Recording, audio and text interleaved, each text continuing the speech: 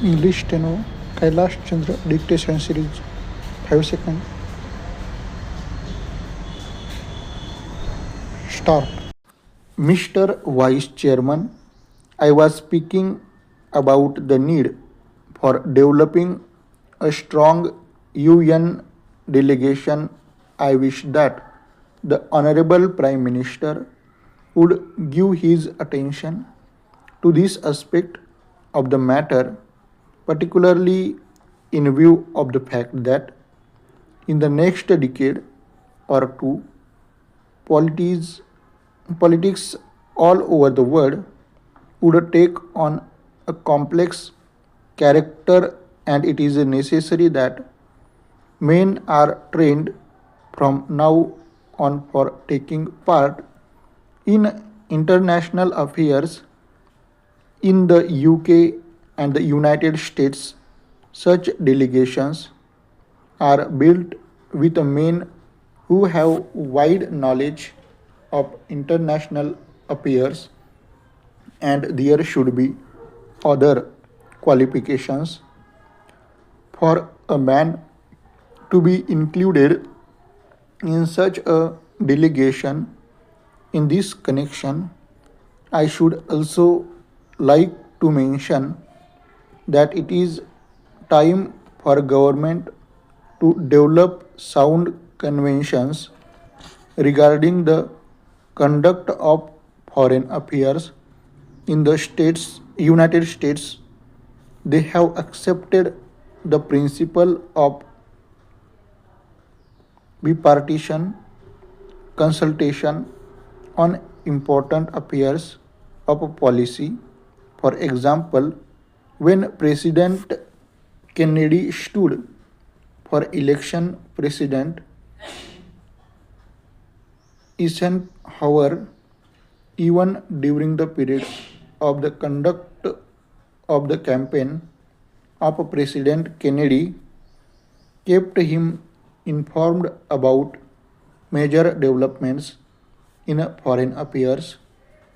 We have seen our government sending troops out of this country of the Congo, and at this time I had raised the point that before troops left our country for any assignments of an unusual character like the Congo assignment, member of the opposition should be informally consulted. There will be no question of any leakage of information whatsoever.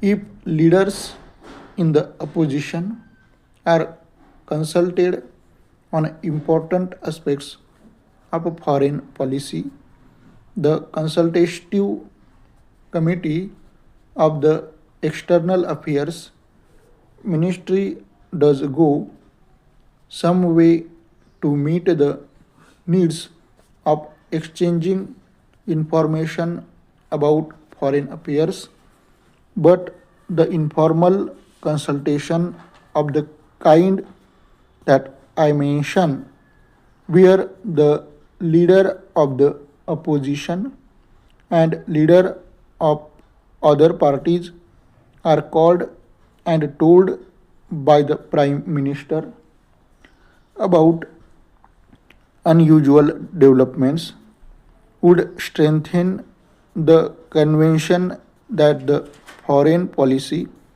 of the country has the support not only of the Congress party but also of the entire country. Paragraph.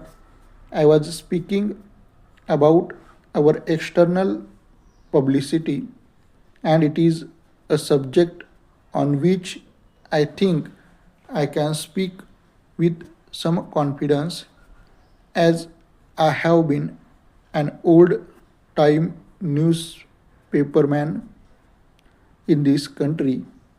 The material which is spent out to foreign countries is extremely scrappy and useless. There is included In these manages some statements of what this minister was saying somewhere. We are trying to give publicity to ministerial activities, and it is inevitable that some such publicity should be given because ministers are in charge of the government, but one abroad does not get a real idea of what is happening in the country. I would like to suggest for the consideration of the external affairs ministry that they should send accordingly assessment of what is happening in India written dispassionately, not to please a minister or to highlight something that he has done, but to give an objective assessment of what is going on in the country in the old days when the British government was in existence.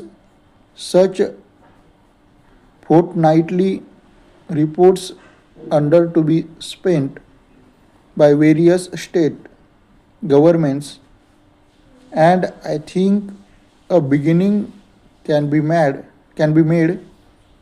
in that direction in this matter paragraph.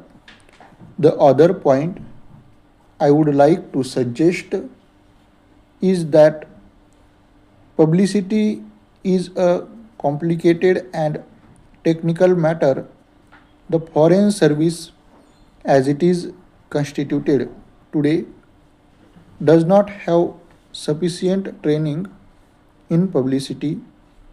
The estimate committee which went into the demands of this external affairs ministry mentioned about the methods of training which have been adopted, but since our foreign service men are not trained in publicity work, and one sees for example that a lot of confusion has arisen in the United States over Ambassador Nehru's statement.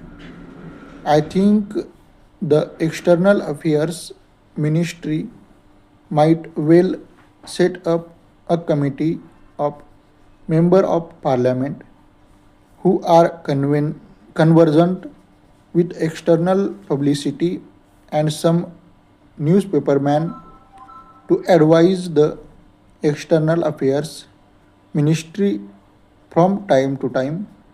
I do not think that the committee will ask for information which is confidential of secret, but they can assist the newspaperman. There are a handful of competent men who would be willing to serve on the committee in an advisory capacity. They would be able to tell the external affairs ministry what should be done in order that our news publicity abroad is better. I might mention also that the estimates committee had recommended the creation of a cultural cell paragraph. Sir, to my mind, we have also to be clear in our mind regarding the objective of rural industrialization.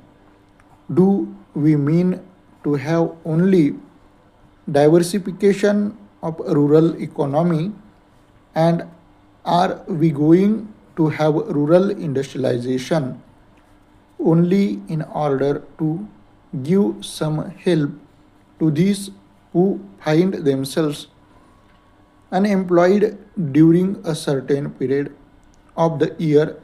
Are we aiming at utilizing local resources and meeting local needs through diversification of rural economy, or have we a more fundamental objectives in mind when we are trying to industrialize the rural areas?